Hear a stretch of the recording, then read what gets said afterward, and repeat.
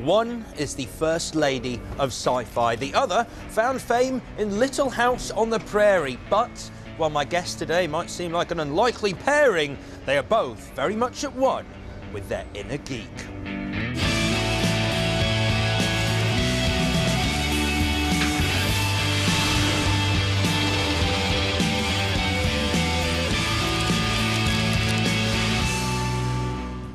So, hello and welcome to another edition of The Guest List, the show that sees me sit down with one of the biggest names in showbiz to discuss their favourite films. Except today, I'm blessed with not one, but two movie stars who are right this way.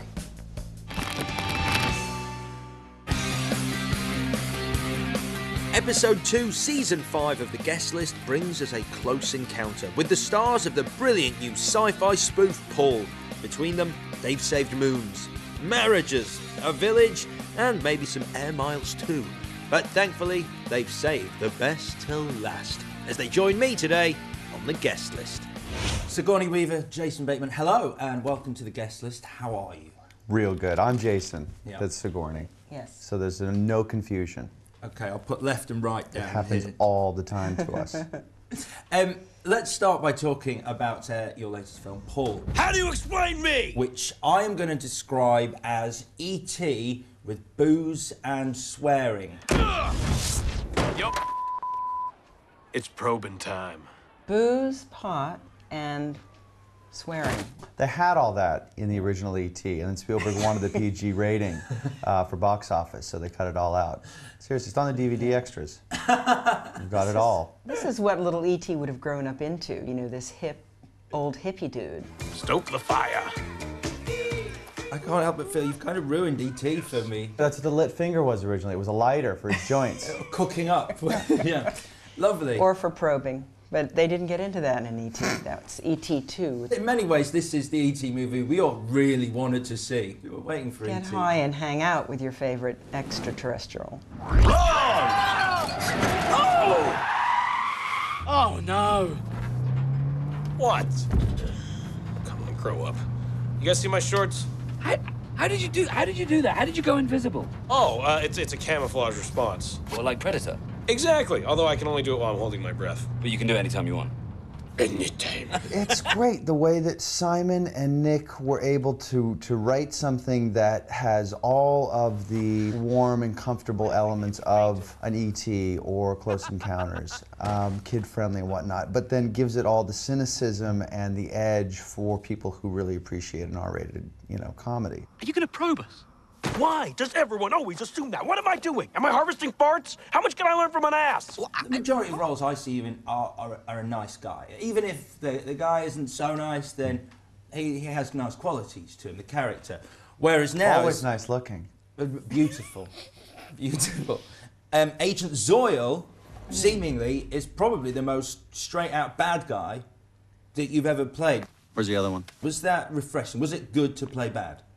Yes, it was. It was nice to try to keep a straight face with Bill Hader and Joe Latrulio. The three of us are partners, and they have the straight, obvious comedy stuff, and I have to play the intolerant boss of them. We were just playing hide and seek because we had a lot of time. Oh, yeah. I was hiding. I love playing the straight man, but this guy was severe in that sense. Roger that. I found it a great journey. For a bit of a sci-fi geek like myself, it was quite an enjoyable journey just spotting the references. Even when it's sort of being quite corny, it's got that kind of knowing look in its eye, like when there's a mountain from Close Encounters of the Third Kind that they see, and they cast each other a look. You know that place exists, right? I mean, it is real. Devil's Tower is real in Wyoming. Wow. It's not quite as What big. goes on there? Well, spaceship landings, dum-dum. Devil's Tower? Is there something inside it? Well, they're not nice spaceships. Oh, I see. Now, today you've picked some of the movies from your own CVs that you'd recommend to others, and we're going to start with a very little movie called Avatar. I want you to learn these savages from the inside. It sounds real good, sir.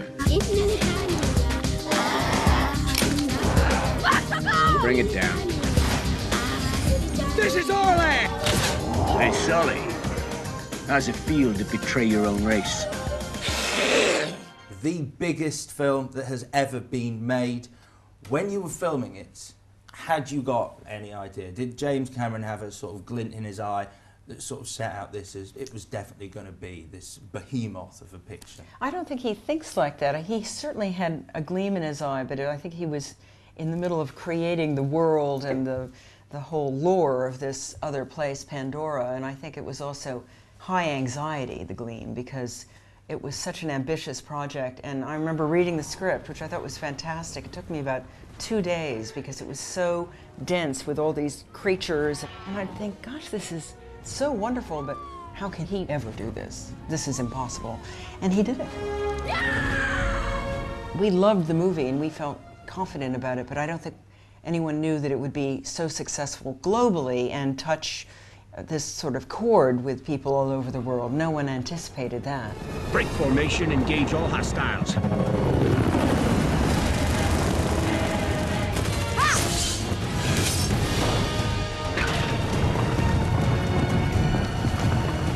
It's actually a very kind of old-fashioned epic story of a young man coming of age and finding something to fight for. But I do think that the performance capture and the way Jim did it was, first of all, a very organic experience. It wasn't this weird green screen thing. It was, he really worked to make it all very alive for us. It really does take you to another place, and that's what we all want a film to do anyway. So I think that it really succeeded. We didn't think it wouldn't succeed, but it really succeeded, so that was exciting. Avatar has that James Cameron trademark of, not one in this instance, but two strong female characters. Or what? Ranger Rick, you gonna shoot me? I can do that. You need to muzzle your dog. Yeah, can we just take this down a couple of notches, please? Do you think sci-fi is classically a, whether for wrong or for right, it's something that's considered a male niche of movies to watch? Well, I think he's one of the great champions of female characters, because as a guy like Ridley Scott, he does love strong, intelligent women, but I don't think it has to do so much with science fiction. I know a lot of science fiction girl fans and girls who will be shocked to hear that this is a boys' thing. I'm not here perpetuating that myth, let me say it's a myth. Now, there was a little girl who apparently was bringing a Star Wars lunchbox to school when she was 7, and the boys made fun of her and said, this is a boys' movie, and you shouldn't be a fan of this movie. And it actually got into all the papers. To be fair, the girl is now, she's 18 and a lesbian. But she was straight for a while. Oh, I feel so bad about even suggesting that. I know there are going to be 2 questions here you can't really answer, but I am going to ask them anyway. I know what this is about. Yeah. So first of all, James Cameron is making Avatar 2 and 3 back to back. Anything? Can you tell us anything? I mean, is there a possibility in some kind of way, spiritually or otherwise? Well, I got an email from him this morning, and he didn't mention it. We were talking about the environment. Alex. But, you know, I know that he loves the character. I mean, and as he said in some interview, in science fiction, no one really dies. So we'll see. Well, there's a taste. Yeah. That was good. I'll hang on to that little tendril for a while. Thank you. God, when you said you got an email from him this morning, did you hear audibly the crew hold their breath? Like, I did that on purpose. This was why we started the show for this moment. And Could start rolling now. Yeah. And my second question, which again you probably won't be able to answer, the Alien prequel. Rumours abound that perhaps there is going to be some form of cameo for yourself in it. I would love to know anything you know. Well, I think it would be hard for the character of Ripley to be in a prequel. Doesn't seem logical to me. I certainly wish Ridley all the best with it, and the cast, and you know, I think it's try to reinvigorate the franchise, and you know, why not? Give it a go. Okay, he didn't send you an email this morning. You know, not that I know, but I should text. check. Text. Right. Time now to take a look at our second movie, and this is from 2009. It's one of yours, Jason. State of Play. Stephen Collins may have been romantically linked with a young aide found dead this morning. You gotta protect yourself, man. Billions and billions of dollars. That's wrath of God money. This is as big and as connected as it gets. Get off! I trust him here. You're my friend.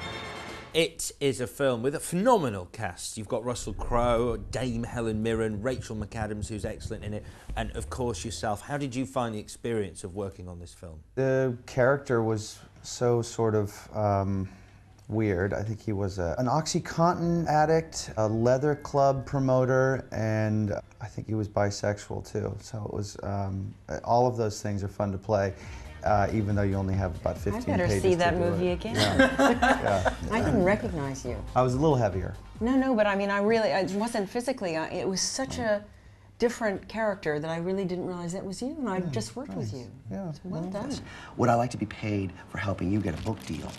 Nobody's here for a book deal.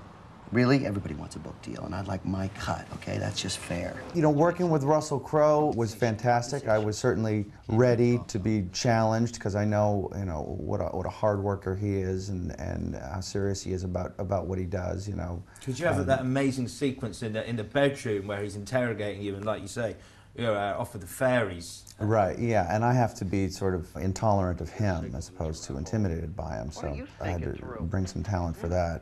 Dominic, let me just lay this out for you one more time, because I don't think you're getting it. So I'll lay it out for you, okay? I'll lay it out for you nice and clear. The newspaper can slant this any which way they want to, and they can make you the one and only principal source. How do you think that's going to go down with your friends at Point Corps? Not great. And anybody else you're connected to? Don't do that. Please don't do that. I can't imagine another actor that would be scarier to have in your face, especially with the hair he's got in that movie. He's like a big lion, right? Really in your face. That must have been. I mean, you're acting, but was that not intimidating even a little bit? Well, I was pilled up pretty big for that. Method. Yeah, it was fine. Yeah. I got a guy. Got a girl too. Right? I don't want to leave anybody out. And there's a photo of you in a State of Play where you are, like, you've got loads of eyeliner. Are you a fan of eyeliner, or as I call it, guy liner? Just to... Weekends get long for me. Yeah? No. No, I leave the eyeliner to my wife. Okay, good. But that would be eyeliner. Guy liner is, it's just, it makes, I don't want to seem too emasculated by the fact I'm applying eyeliner, so I call it guy liner. Are you wearing it now? I am. You do, you apply it very well, looks very natural. So subtle. Yeah, it's just for definition. Yeah. Oh, there's the lisp. Yeah. Right, that is it for part one of the guest list, but join me in part two as we talk through more of the films of Sigourney Weaver and Jason Bateman. See you in a moment.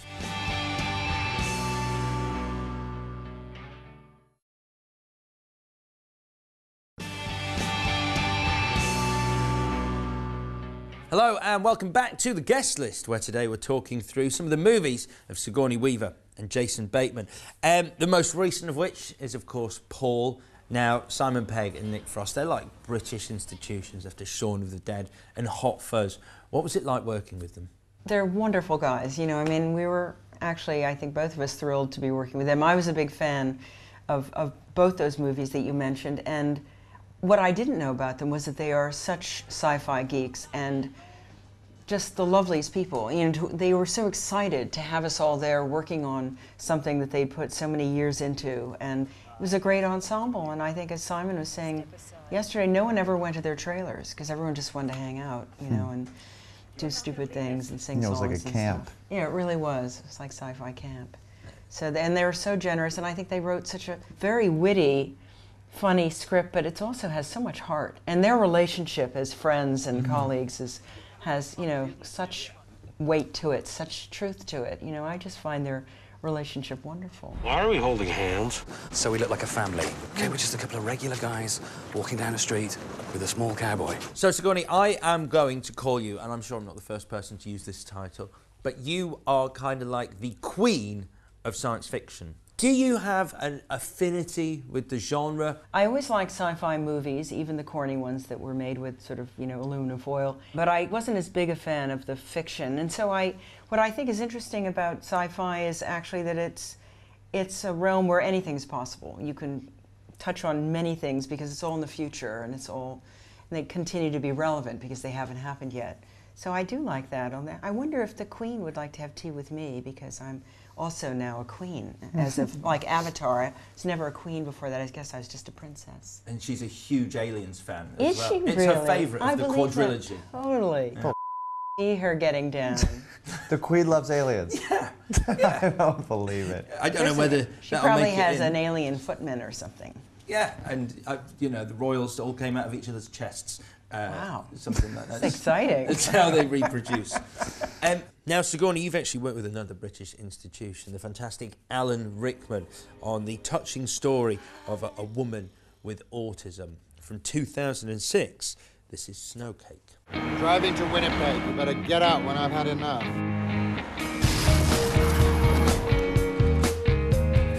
I know Vivian is dead. I'm so sorry. Okay. You're just unreasonable. I'm autistic! Oh, it's the same thing.